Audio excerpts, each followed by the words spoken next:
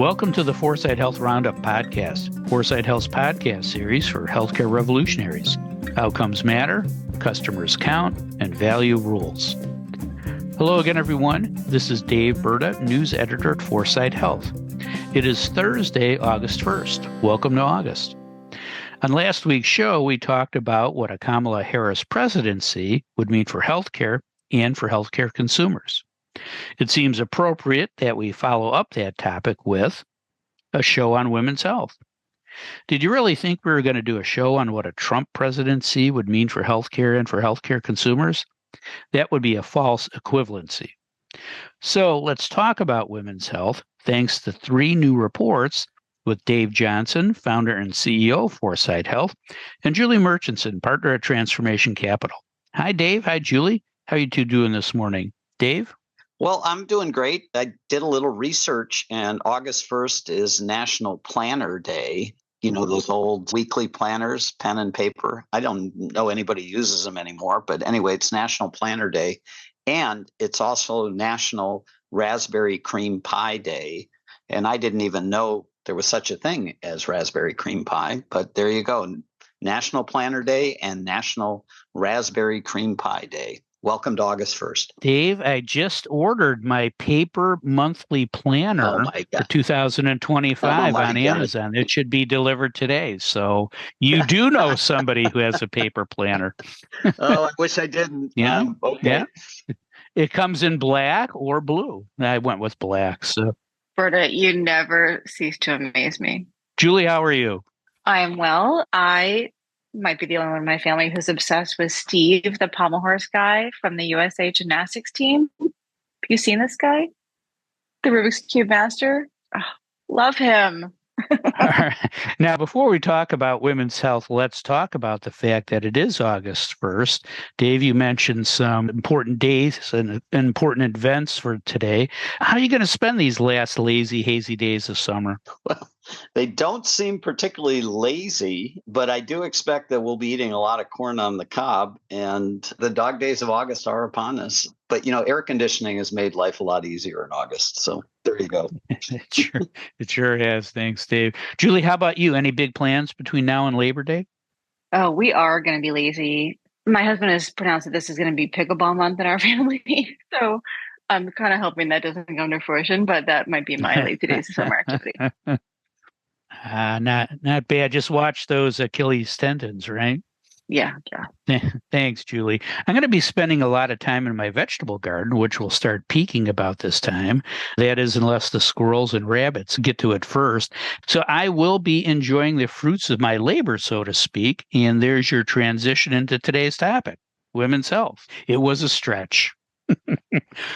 We're going to talk about women's health in the context of three new reports. The first from the Commonwealth Fund on maternal mortality, the second from the CDC on infant mortality, and the third from the Commonwealth Fund on a state-by-state scorecard on women's health. I'm going to give you the top-line findings of each, and then I'll ask you for your takeaways. The first report from the Commonwealth Fund said the U.S. had the highest maternal mortality rate of any high-income nation in 2022 at 22.3 deaths per 100,000 live births.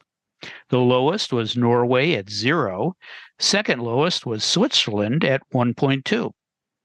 Also, 65% of the U.S. deaths happened one day and up to a year after delivery. And the U.S. had the second lowest supply of OBGYNs and midwives at 16 per 1,000 live births. The lowest was Canada at 13. The report from the CDC said the infant mortality rate in the U.S. rose to 5.61 deaths per 1,000 live births in 2022. That's up from 5.44 in 2021 and 5.42 in 2020. It's the second consecutive year that the rate went up. Also, the infant mortality rate was the highest for Black women at 10.9 in 2022. It was less than half for white women at 4.52. The rate was the lowest for Asian women at 3.51.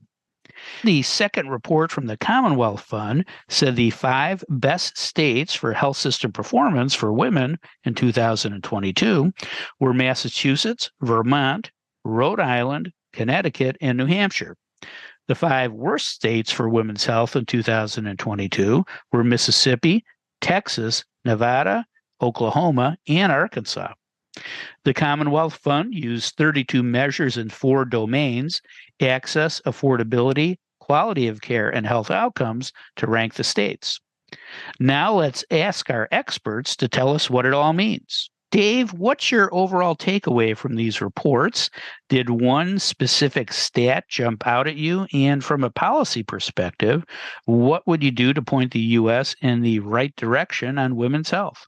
There's a quote from Hubert Humphrey that I've always found very powerful. Hubert Humphrey, the former senator from Minnesota and vice president under Lyndon Johnson. And the quote is, "The moral test of government is how it treats those at the dawn of life, children, the twilight of life, elderly, and the shadows of life, the sick, needy, and handicapped."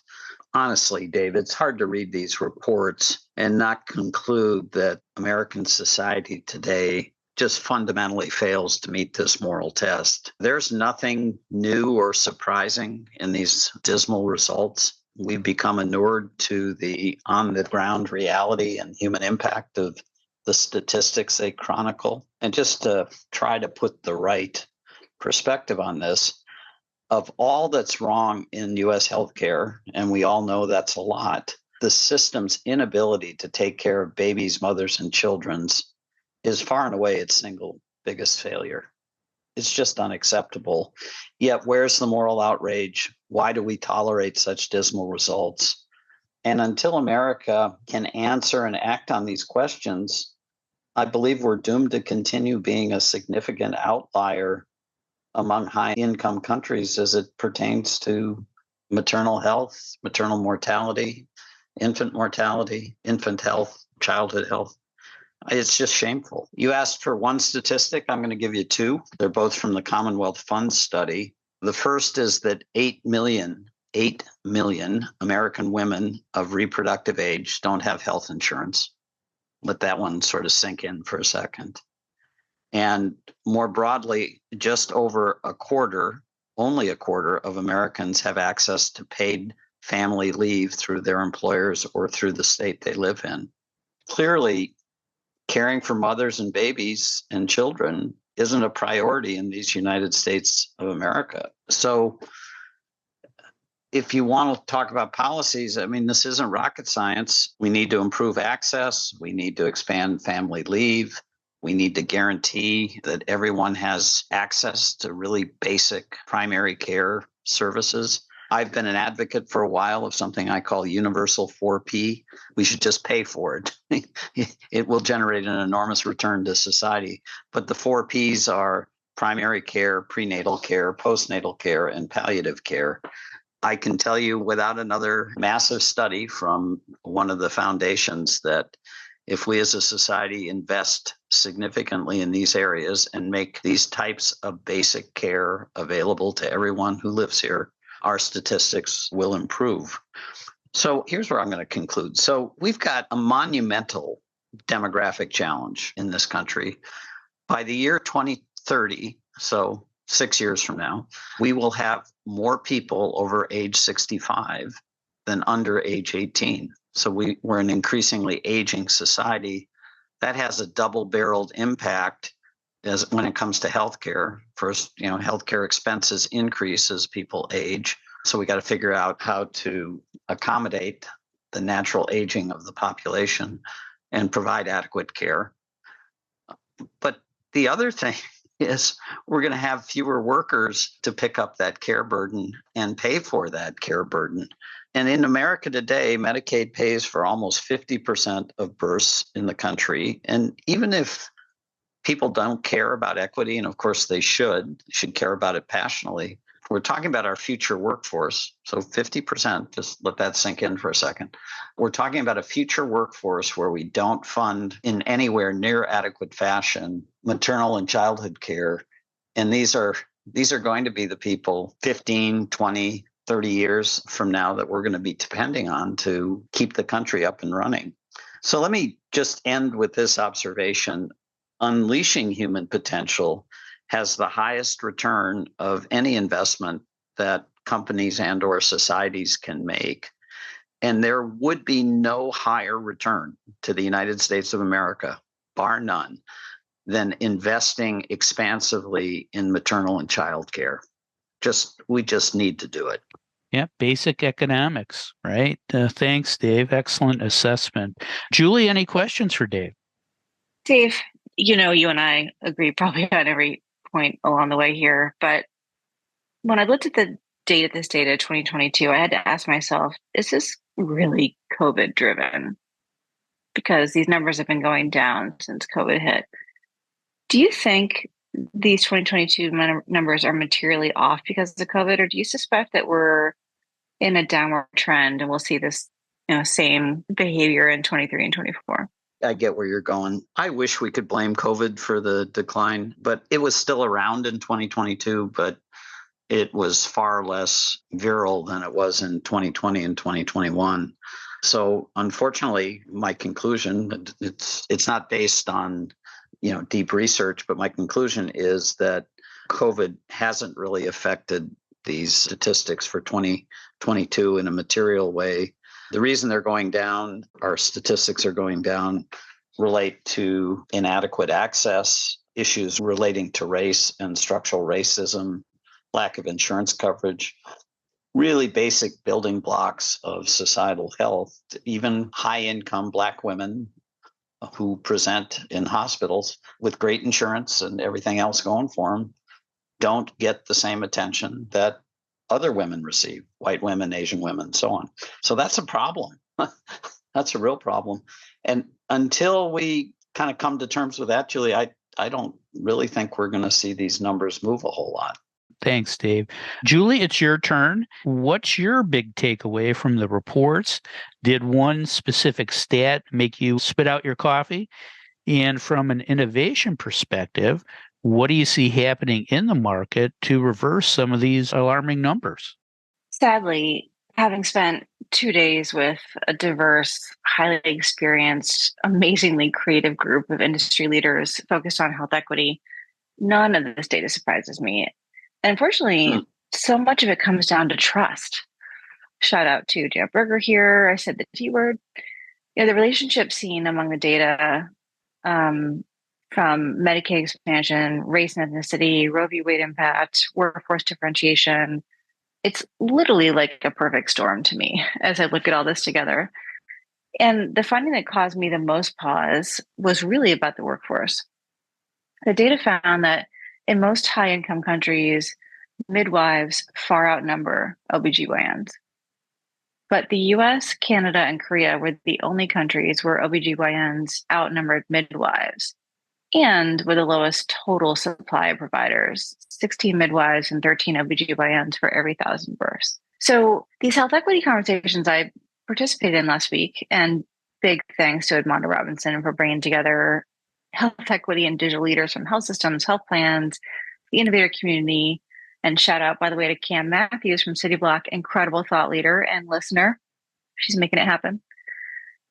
I thought I knew a lot from years of working in community health with health centers and public hospitals and philanthropy in this area, but I was beyond humbled and educated last week, to be honest, because these discussions really focused on the critical role of doulas and midwives in maternal and infant mortality, or really, to put a positive spin on it, we talked about it. That's the obvious goal, maternal and infant health. And doulas and midwives, it's just a different experience. They come to your home to provide care. They create a deeper relationship over time, and they are a trusted resource in the community.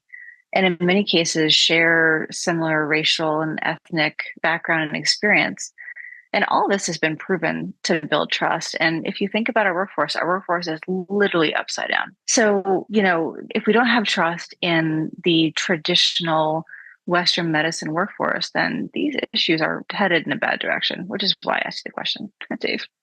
The good news for me, I guess partially good news, is that maternity care is seeing a wave of innovation. They are transforming care delivery and payment models and rethinking how to really build models with outcomes for what BabyScripts calls an under-resourced maternity population. There are many other kind of wraparound innovators wrapping around the traditional system, trying to just provide a virtual kind of coaching care model all the way along to support companies like Pomelo doing this focused in Medicaid. Delphina has an AI spin on their model. Marani, which I think is how you pronounce it, also has an AI spin. Kayaba is a maternity navigator. And if you look on the website of all these companies, they all have BIPOC mothers and couples. So they're all looking at the population that we're talking about that's affected here. There are other broader models. Diana Health, Quilted Health has been focused on midwives specifically. Poppy Seed, kind of looking at the full spectrum of the experience. There's been a lot of extremely thoughtful innovation in the space, and there's some serious hills to climb here. I mean, reaching these target populations is challenging. The workforce supply I noted earlier might be one of the biggest issues, not just whether or not the workforce exists, but how that workforce can be organized in a way to actually provide a different kind of care model. It's not a small task. And by the way, health plans. Health plans are used to contracting with OBGYNs.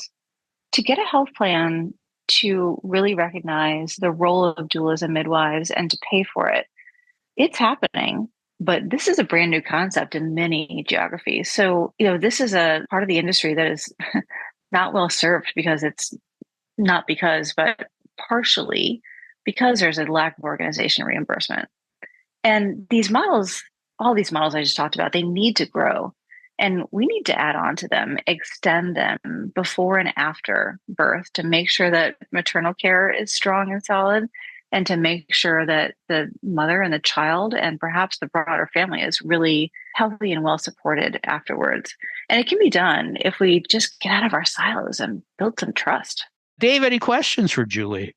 Well, Julie, I mean, just great analysis. And I'm really glad you focused on midwives and doulas. I'm going to give you a softball here, Julie. According to the Commonwealth Fund study, states with abortion restrictions tend to have the fewest number of maternity care providers. And I didn't even know you were going to focus on that, but just shows how much in sync we are. These states also tend to have higher levels of maternal and infant mortality. The science of statistics warns that correlation isn't always causation, but often it is. So the question is it here? And if it is, what are the implications for health outcomes among women and children of the recent Supreme Court decision overturning Roe and granting states more autonomy to restrict abortion access? Yeah. Similar to my question to you about COVID, I would love to think that we're just in a phase, but given workforce and all these other issues, I think so much of this is so systemic. There's just so many people who don't have the levers. So I worry about this workforce, and people can't just pick up and move necessarily. It's a problem. The health of women and children is the future of the country, as you guys have argued. I think that's true. Fortunately, some people want to take that away, right? Others want to preserve and improve it. So vote accordingly, people. Now let's talk about other big healthcare news that happened this past week. Julie, what else happened that we should know about? I think I went down the rabbit hole of perhaps fake news yesterday. I don't know what happened to me, but I read 2 stats that I found interesting, because I think a lot about now growing old. I don't know why I'm obsessed with this and dementia and Alzheimer's, and all my friends who are struggling with their parents, I think, are impacting me. But 2 facts, maybe not facts. Wildfire smoke can increase risk of dementia and mental health issues. Okay, good to know. Glad I left California. Might have to leave the West. Oh. Second fact, Ozempic-like weight loss drugs may protect against Alzheimer's. So maybe I should find myself an Ozempic-like weight loss drug. Well, I think a paper planner is in your future. So it's coming back. Dave, what other news is worth mentioning? Well, Julie, I also saw that high cholesterol levels are related now more directly to onset of Alzheimer's too. So get out and exercise every day. Working on it. And Dave, your comment about women and the children are our future, that Stevie Wonder song just popped into my head. I believe the children are our future. Treat them well and let them show the way. Maybe that should be the theme song for this week's episode. That's great. But in terms of news, the FDA last week approved a blood test that identifies early signs of colon cancer. It's not quite as accurate yet as a colonoscopy, but, fast forward 3, 4, 5 years, I think we're looking at one of these preemptive pre-disease markers that can have a dramatic effect in terms of reducing colon cancer in the country. Easy to do. And as the results get more and more people will have access to the tool. Now, I don't know what that does with the colonoscopy industrial complex, which is massive, but I hope it all goes away, that in the not too distant future, we'll have a blood test that will tell whether or not you're at risk for colon cancer, and you can act on it while there's still time. I like Dr. Patel, but I won't miss him in the future. Thanks, Dave. And thanks, Julie. That is all the time we have for today. If you'd like to learn more about the topics we discussed on today's show, please visit our website at foresightshealth.com.